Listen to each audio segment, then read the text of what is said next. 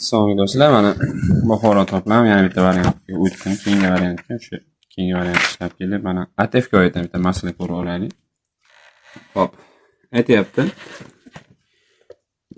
O'simlikda inelik almashinuv jarayonida 3780 gram glukoza parchalandi.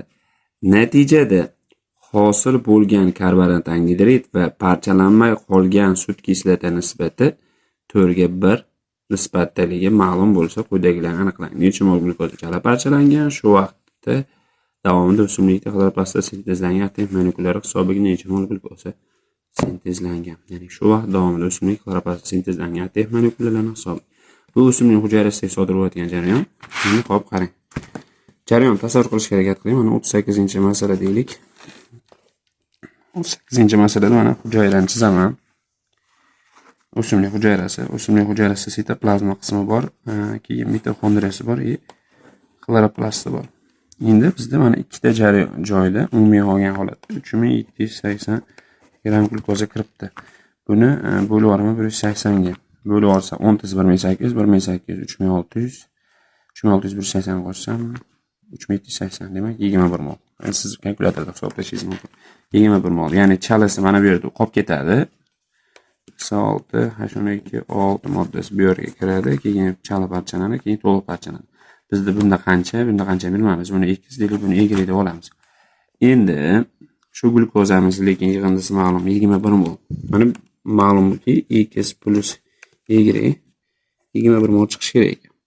Shu yergacha ma'lum tushunishimiz. Endi bizdan so'rayotgan masalada mana o'simlik energiya almashinuv jarayonida 3780 gram glukoza parchalandi. Mana o'simlik hujayrasi, xloroplast ham bor demoqchiman.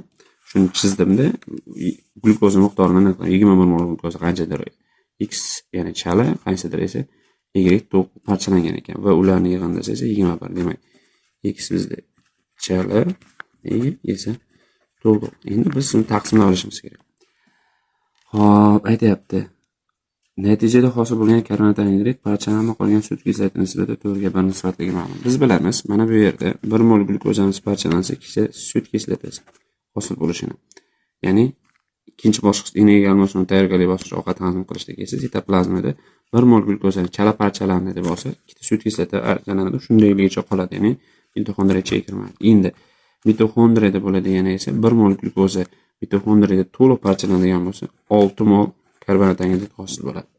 Shuni o'zaro nisbatini berib qo'yibdi deylik. Ikkita sut kislota va 6 tanaki 1 ga 4 nisbat. Ya'ni bu yerda birinchi karbonat angidrid bergan uchun 4 birinchi yozib olyapman pastiga. To'g'risini to'g'risiga yozib olyapman. Endi biz bilmaymiz qancha chala parchalangan, shuning uchun oldiga x qo'yib qo'yamiz. Qancha parchalanganini bilmaymiz, y-ni oldiga y-ni qo'yib qo'yamiz. Agar tez tushuntirayotgan bo'lsam, chunki imtihonda bunaqa masalalarga kamroq vaqt sarflashingiz kerak. Hop, tez vaqt nima tushunayotgan bo'lsangiz, sal sekinlashtirish rejimi bor. YouTube o'zini o'shanga qo'yib shoshilmay tushunib oling yoki qayta ko'ring. Deylik, bizga 1 ga 4 nisbat bo'lishi kerak ekan. Endi biz x, y bir-biriga qanchaga tengligini bilamiz. Diagonal usul. Buni ko'paytiraveramiz. 4 shunaqa vaziyat kelib qolsa, bir-biriga ko'paytiramiz. 4 2 ga ko'paytirsak, mana bu tenglikda, ya'ni x, y ni 21 ga istalgan qiymat qo'yishimiz mumkin. Lekin biz x bilan y ni qiymatini bir-biriga nisbatini to'g'ri qo'yib olsak, y ni raqam qo'yib olishimiz mumkin. Shu vaziyatda nima qilasiz? Mana bu holatga olib kelasiz. Demak, mana 2x qaydan keldi? Mana bu 2 ni. 1 mol glukoza chala parchalangandagi sut kislotasiga. Mana bu 6 esa karbonat angidriddan olib keldim. Diagonal katta 4 × 2 8, 8x taqsim 6 yoki bu yoqqa o'tib ketadi deylik. 8x teng bu yoqqa o'tadi 6y. 6y ni ko'paytirsa 6y. Endi biz x nechaga tengligini bilib olishimiz mumkin. Ikkalasini teng qisqartirib olishimiz mumkin. Deylik, 2 ga qisqartirsak 4x ga 3y ni qo'shishimiz mumkin. Biz mana x qo'yganligimiz uchun ikkalasini ham 4 ga bo'lib yuboramiz. 4 ga bo'lib yuborsak, 4 x ga bo'lib yuborsak, x o'zi qoladi. 4x ni 4 ga bo'lib yuborsak, x o'zi. Endi 3 4x ga bo'lib yuborsangiz 0.75 y ga to'g'ri keladi. Istasak bu yerda endi x qo'ysak ham 0.75 y ni qo'ysak ham bo'laveradi. Mana bu yerda x plus 10 ga biz mana bu 0.75 y dan foydalanamiz plus y, ya'ni mana bu chalaga tegishli va to'liq jami hosil bo'ladi bizda 21 mol va u 1.75 y teng 21.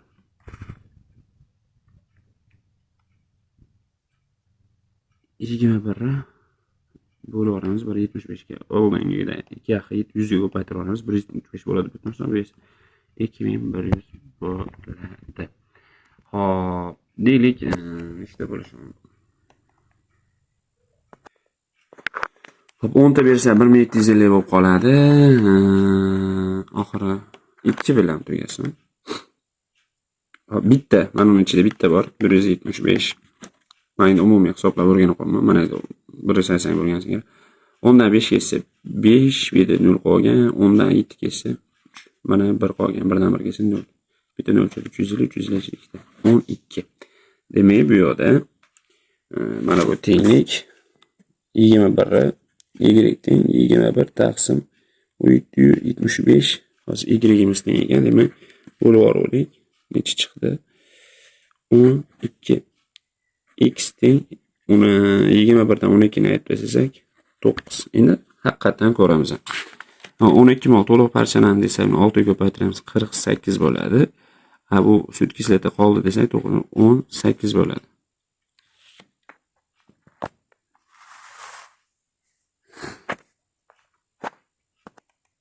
Nisbati. Uzr. 12 ni 6 ga ko'paytirsak 72 bo'ladi. Ikkalasini qisqartirib ketaversak, mana 2 ga qisqartirsak 36 ga 9, yana 3 ga qisqartirsak 12 ga 3 ga qisqartirsak 4 ga 1 va boyaga nisbat kelib chiqadi. Karbonat angidrid bilan mana buni. Demak, masalamiz to'g'ri ekan. Demak, y mol, ya'ni y'imiz to'lig'imiz 12 mol, chalamiz esa 9 mol bo'ladi. Shart necha mol glukoza chala parchalangan, necha mol glukoza? Albatta 9 mol. Chiqdi javob ekansa, shu vaqt davomida o'simlik xloroplastda sintezlangan. Mana qoida bo'yicha, mana yerda 1 mol sintezlansa, bu yerda 2 ta ATF, bu yerda esa 36 ta ATF, endi bu yerda esa 30 ko'paygan, 36 ta ATF, ya'ni 30 barobar ko'paygan. Bizda to'liq parchalangan glukoza miqdori 12 mol. 12 molni ko'paytiramiz 36 ga. 6 kare 2 12, bir yoqda 6 72 6 3 2 13 bir yoqdagi bilan 432. Shunaqa. 2 13 432 hisoblanadi. Endi demak 432 ta mana bu yerda mitoxondriyamizda sintezlangan. Bundan 30 barobar ko'p, buni 30 ga ko'paytira olamiz. 0 0 0 erinmay ko'paytirish kerak. Masalada imtihonga bir marta kirasiz. 3 kare 2 6, 3 kare 3 9, 3 kare 2 12. 0 6 9 1. Shuncha ATF degan.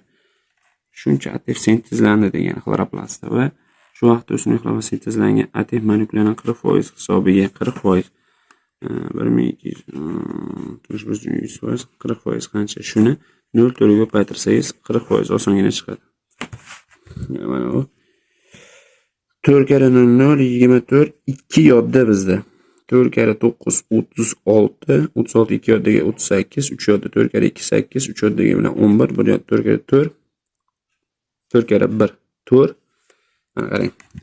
4 kare 6 24, 2 yodda 4 kare 9 36, 2 yoddagi bilan 38, 8 3 yodda 4 kare 2 8, 8 ga 3 11, 1 yodda 4 kare 1 4, 1 yoddagi bilan 5. Shuncha ekan. Endi necha mol glukoza sintezlanishiga bilingki, mana 1 molga 18 mol. Endi 1 18. Endi 1 mol glukozamiz 180 grammga teng. Ya'ni 1 mol glukoza sintezlanishi uchun 18 ATF ketadi. 0 ga farqlanadi. Bu degani 5100 ta ATF 5100 bitta 0 qo'shib qo'ysak bo'ldi. Shuncha gram glukoza sintezlashga yetadi. Endi molini topishimiz esa 180 ga bo'lib olamiz. 5100 shunda qilib bo'lamiz. 180 dan 2 ta bor. 3162 ta deylikcha qani. 8 tushsin, 11 dan 6 kelsa 5 tushsin. Bu yerda 4 qolgan 1. Mana bu 4 bu yoqqa tushsin. 4 bu yoqqa tushadigan bo'lsa, buni ichida 10 ta ko'plik qiladi. 6 ta su 7 ta berib olamiz. 2 kare 0 0 7 8 necha 8 56 5 yodda 7 kare 1 7 56 7 kare 1 7 3 yodda 2 yoddagi bilan 12 bu ham kamlik qilib 9 berar ekanmiz do'stlar.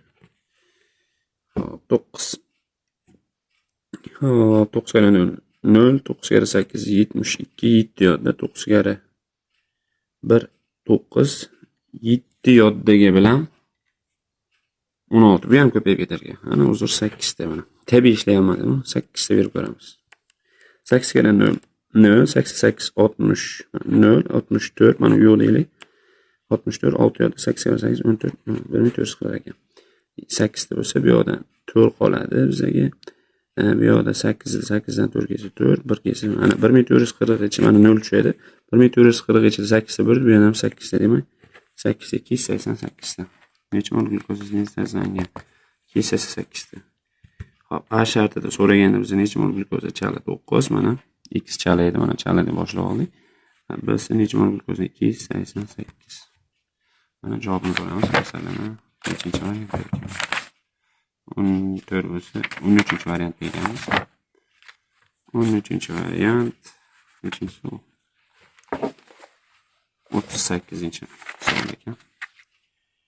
13-chi variant 38-chi savol mana. 9 mana bunday qo'ying. 9 molga 208. Xo'p, bizni kuzatishda davom eting. Xudo xolasa sizlarni milliy sertifikatgacha masalalarga, ya'ni masalalarning ishlanishi bo'yicha videoni ko'proq chiqaraman. Qayta ko'ring. O'zim ham kerak bo'lsa bir paytlar sizga boshqa masala ishlamaganman. Mana asta-asta sekinlayman. Siz ham mana alfavitdan boshlaganmizda harfni. Sekin o'rganib shu darajaga chiqdim. Albatta siz ham chiqa olasiz. Biling, milliy sertifikatda yuqori A+ sertifikat olish uchun обязательно nazariya bilan bir qatorda yetarli darajada masala ishlay olishingiz kerak.